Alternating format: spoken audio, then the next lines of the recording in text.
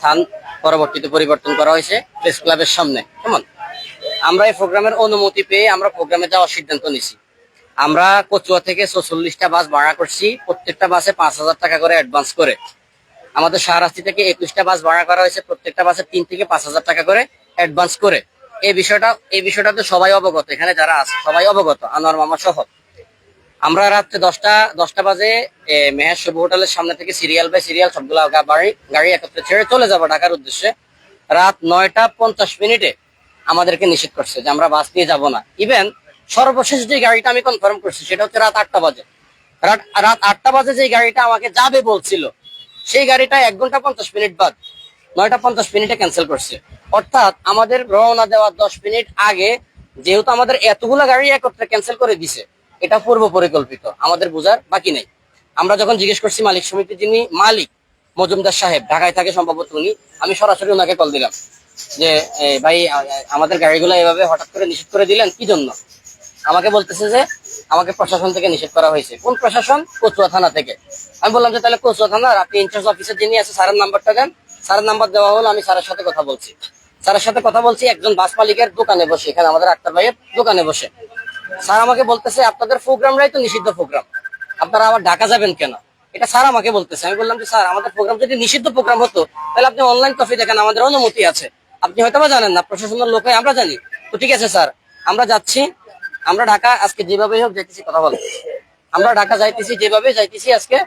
তবে আমরা সেখান থেকে আসার পরে আমাদের সাথে সুরমা বাস কাউন্টার থেকে বা সুরমা সমিতি থেকে আমাদের সাথে যে গাদ্দারি করা হয়েছে এটার জবাব আমরা অবশ্যই নিব। ইভেন আমরা আজকে এখানে যে সুরমা বাসগুলো দাঁড় করাইছি, আমরা বাস দাঁড় করাইছি, বাট অন্য কাউকে আমরা কোনো প্রকার হয়রানি অথবা গণদুর্যোগ আমরা এখানে সৃষ্টি করি নাই। কিন্তু আমাদেরকে সেই রাত্রে আমাদের এতগুলি লোক, টোটাল 1600 লোক নিয়ে আমরা শাহরাস্তি থেকে বের হয়েছি, আমাদের এতগুলি লোককে একত্রে রাত 10টা বাজে যে কষ্ট দিছে, আমাদের এই কষ্টের প্রতিদানটা তারা কিভাবে দিবে? প্রতিদান আমরা চাই না, আমরা এটার একমাত্র সুস্পষ্ট বিচার চাই।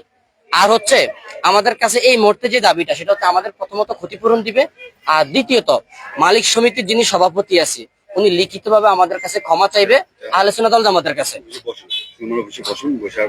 স্যার স্যার সর্বশেষ কথাটা বলি দিই,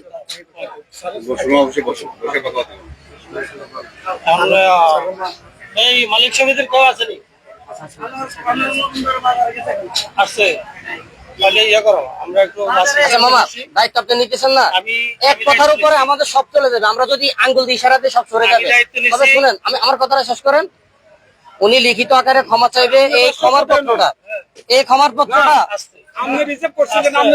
হ্যাঁ ওনার বাসটা আমি ঠিক করছি। আমি বলি এই ক্ষমার পত্রটা যেহেতু কথাটা বলছে, আমরা আপাতত বাস চলা যাকে আমরা সুযোগ দেই, আমরা এখানে বসবো। আমি বলি না আরে আমার কথাটা শেষ হোক, আমার কথাটা শেষ হোক, আমি তো কথাটা শেষ করতে পারি না, কথাটা শেষ করতে। আমি বলতেছি আমরা আপনাদের কাছ থেকে 3 ঘন্টা সময় নিছি, 3 ঘন্টার মধ্যে আমরা এটা সমাধান করবো ইনশাল্লাহ। ঠিক আছে, আমরা এখনো মালিক পক্ষ আসছে, আমরা এই দুইটার মধ্যে আপনাদের দাবি দেওয়া আমরা সমাধান করবো।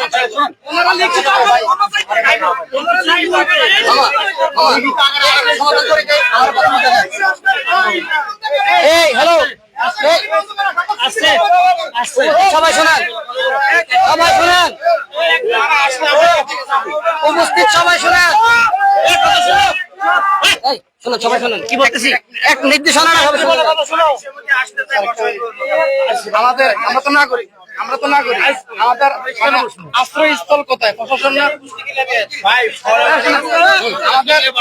একটা মিনিট আমি কথা আমরা নির্দেশন না করি, আমাদের আশ্রয়ের স্থল হচ্ছে আপনারা প্রশাসন। সেদিন রাত্রে যখন আমাদের দায়িত্বশীলরা প্রশাসনকে ফোন দিয়েছে, সেই প্রশাসন বলছে উপরের মহল, সেই উপরের মহল জাতির সামনে আত্মপ্রকাশ করতে হবে।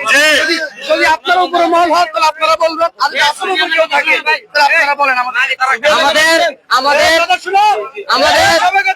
আমাদের সর্বশেষ নির্দেশনা, সবাই শোনেন, আমাদের নির্দেশনা হচ্ছে আমরা এখান থেকে সরে যাব, আমরা এখান থেকে সরে যাব না, যাব। আমরা তো কারোর কষ্ট দিতে আসি নাই, আমাদের স্ট্যান্ড যাওয়ার প্রয়োজন নাই। আগে কথা শুনেন, বুঝবেন।